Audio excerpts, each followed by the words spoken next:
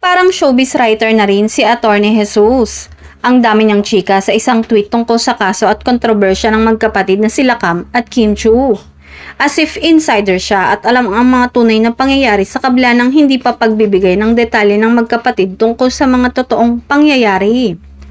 At ang katwiran ni Attorney, maraming public sources po, siguro 10 to 20% lang sa tweet ko ang bago, nang may magtanong kung sino ang sources niya. Kaya naman di umano'y kumonsulta na rin sila Kambini ng abogado lalo na at may nabanggit si Attorney tungkol sa may vault na ninakaw at nagbenta sila Cam ng kondo. Wala di umano itong basihan at walang katotohanan ayon sa isang source. Any moment umano ay magsasalita ang kapatid ni Kim na idinimanda ng kapamilya actress TV host ng qualified theft.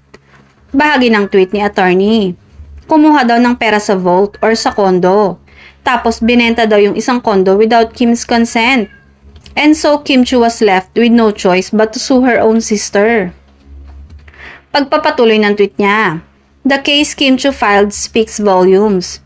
Qualified theft means there was a gross and grave abuse of trust and confidence. Nakakasuhan lang ang tao ng qualified theft if the accused is a person that has the full and complete trust of the victim.